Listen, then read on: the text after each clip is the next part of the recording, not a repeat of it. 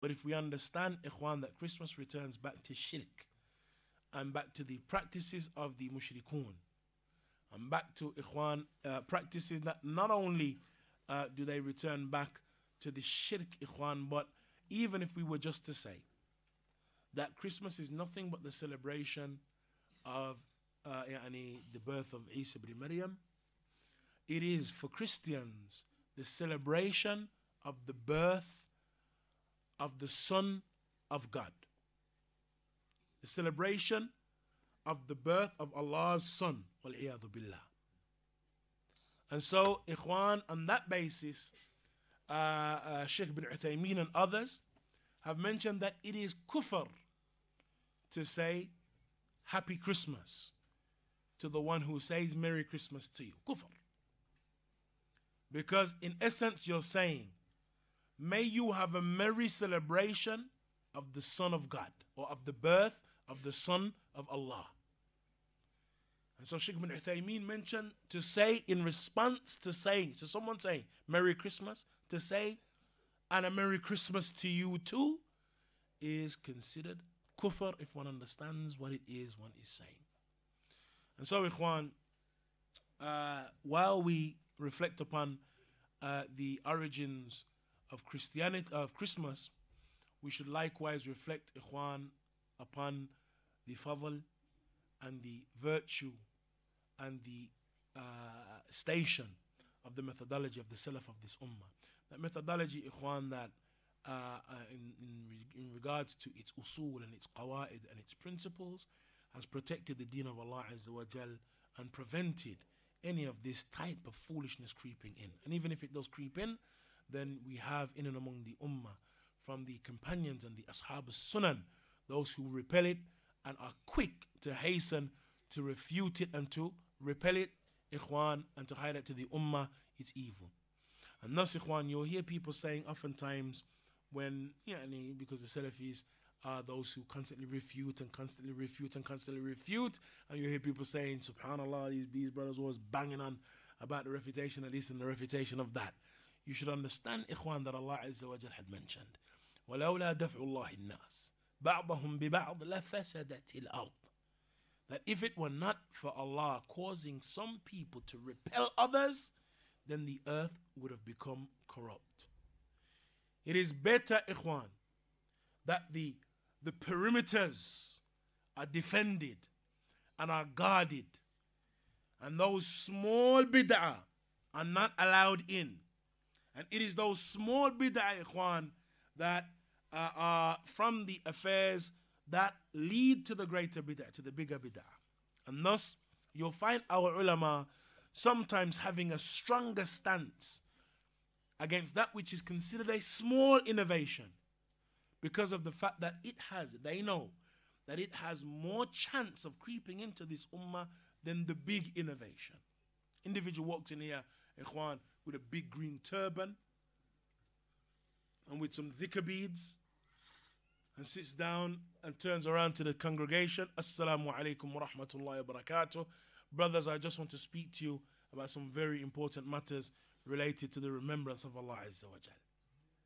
Which one of you, new or old, you could have been practicing a week ago, which one of you is going to sit down, ikhwan, and continue to listen to a muhadara when it is clear that the individual is sahib bid'ah, just from his apparel? And if you give him 5 minutes to speak, then you'll know clearly, ikhwan, and you'll hear the direction that he's going with his bid'ah and with his da'wah. But if an individual were to walk in and had come from mathalan Makkah with a gutra, bisht, cloak, he walks in with the entourage of a few individuals, turns round to the jama'ah, and then he's introduced by one of the trustworthy brothers.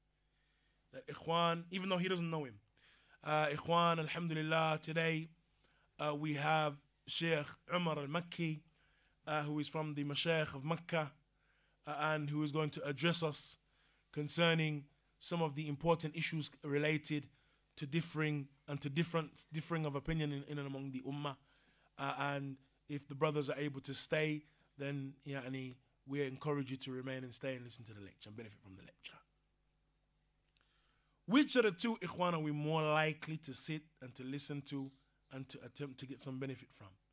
No doubt the second individual, because he has all the ingredients of khair as far as we're concerned, the ingredients of good. But he may be worse in terms of what he's about to inform you of than the first individual. Maybe the first ikhwan would have made mention of some of the affairs related to dhikr, and there'll be a weak hadith here, a weak hadith there. Still mubtadi'. But that which he informed you of is probably going to be less dangerous than that which the second is going to inform you of. But because of his apparel, because of that which is known of him, because of that which is apparent from his state, then you're going to trust him and you're going to take his bid'ah on board. And thus the scholars of this ummah, ikhwan, the salaf of this ummah, as Imam al-Barbahari rahimahullah ta'ala, he mentioned in Sharh al-Sunnah, that one should be aware of the sigar al-muhdathati min al-umur. You need to be aware of the minor innovations from among the affairs, because no bid'ah began in this ummah except that it began small, resembling the haqq. And because of the fact that it was small and resembled the haqq, people were taken in by it. And thus it began to grow. And it became the deen of Allah Azza wa Jal, the deen of Allah that they practiced and they worshipped Allah Azza wa Jal by way of. And thus they exited Islam. And so, ikhwan, when our scholars speak about certain individuals, and those individuals may be people who once upon a time were upon the sunnah and were individuals who were praiseworthy and people used to speak of them, the scholars of the sunnah and what have you, when they oppose the deen of Allah Azza wa Jal, when they oppose the usul, and they oppose the deen in some issue that may be minute, that most of the Muslims will not be able to detect, but they oppose the deen of Allah Azza wa Jal, the scholars understand, ikhwan, and know that that individual is far more dangerous to the people of Sunnah and to the Muslims than the one who is an apparent mubtadi' and comes in here speaking ill of Abu Bakr and Umar and clear bid'ah. The one whose bid'ah is obscure, difficult to detect, it is that individual, ikhwan, who is more dangerous to the people of Sunnah and to the Muslims generally. And thus you'll find, ikhwan, the scholars will hasten to make his affair clear to the believers. But from among the believers are those who will say, subhanallah, these people don't leave anybody. Him as well. Him as well. But if we understand the statement of the Messenger sallallahu alaihi wasallam, لا تزال طائفة من أمتي ظاهرين على الحق لا يضرهم من خذلهم ولا من خالفهم حتى يأتي أمر الله وهم على ذلك, that there will not cease to be a nation or a group from among my ummah ظاهرين على الحق, manifest upon the truth, لا يضرهم من خذلهم ولا من خالفهم, they will not be harmed by those who forsake them or oppose them. As far as individuals opposing them, then no doubt when the Messenger informed us of the fact that there will be 73 groups among this ummah, 73 sects, then we know there are going to be individuals who oppose the people of Sunnah. But those who forsake them, individuals, ikhwan, who were once with them and then took to forsaking them. And those individuals, ikhwan, the Messenger of Allah made mention of. So we have a mention of those who oppose them. And those who oppose them may possibly never have been from them or with them. But those who forsake them, we know then on the basis of that statement that there are going to be people who are Salafi and then turn their backs upon Salafiyah and turn their backs upon the people of the Sunnah and become ikhwan or begin following a path other than the path of the Sunnah. Some of you may be able to detect them and may be able to detect that opposition, while yet others, those who are not students of knowledge or do not have the tools, ikhwan, of discernment, may not be able to detect that, ikhwan, as far as they are concerned. Then, brother, what he says makes sense. And thus, ikhwan, our scholars hasten to make the affair clear. And on the basis of those defenders, ikhwan, we find that the sunnah is preserved. We find, ikhwan, that the sciences of hadith have on its basis preserved and caused the sunnah, ikhwan, to be protected. And we find the usul of our deen, bihamdillah, the fundamentals, we now, ikhwan, have and continue to have sources whereby we are able to return back to our fundamental study, learn and understand them. We're able to return back to the sunnah of the Messenger of Allah and hear and read exactly what the Messenger of Allah said, word for word, as he said it. We're able to return back to accurate descriptions of our Messenger, read them, ikhwan, and study them as though one sees him. We're able to return back to the salah, the ibadah, the worship in all of its forms and understand exactly what our Messenger left for us, bihamdillah. And the people of the book, ikhwan, are not able to do that. The people of the book, as some of the earlier scholars of hadith mention, they have nothing but mursalat wa mu'dalat wa munqati'at.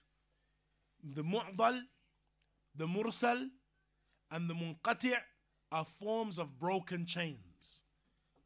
The mursal is a hadith that has a broken link between the Messenger ﷺ and the one who has been mentioned beside the Messenger. The mu'dal is that chain that has a break in two or two consecutive links removed from its chain in some place. And that, ikhwan, is the method and the manner in which the people of the book have their narrations and have that which they have concerning Isa ibn Maryam. Which is why it is easy, ikhwan, to incorporate a little something into Christianity here, a celebration there, a statement here, a belief there, because there are no principles, ikhwan, by way of which they defend and preserve the sunnah of the messenger that came to them. But Allah Azza wa Jal has blessed this ummah, ikhwan, with qawaid, with principles, if we observe them. And this is the important issue, ikhwan. If we observe them. And observing them, ikhwan, necessitates putting them into practice. Not just that we pay lip service, but when it actually comes to the crunch, we don't have the heart to put those principles into practice. Rather, ikhwan, this deen has always been defended by rijal, by men. People who didn't play with their deen, ikhwan, and didn't allow anything to creep in. And not, ikhwan, for any reason other than the fact that they learned, as Ibn Mas'ud and others have mentioned, as-sa'idu man wu'idha bi ghayri. The one who is in bliss and is in happiness and success is the one that takes lesson from other than himself. When we look then at, and when we speak about Christmas, let us take lesson from that which occurred with them and among them, and understand that we have a sunnah, ikhwan, that is pristine and preserved, and that we have a methodology that has been defended and protected, and let us strive to be from among its protectors and those who defend it, ikhwan, and its cause. Wallahu ta'ala a'lam, wa sallallahu wa sallam wa barak ala nabiyyina Muhammad, wa akhir da'wana alhamdulillahi rabbil alamin.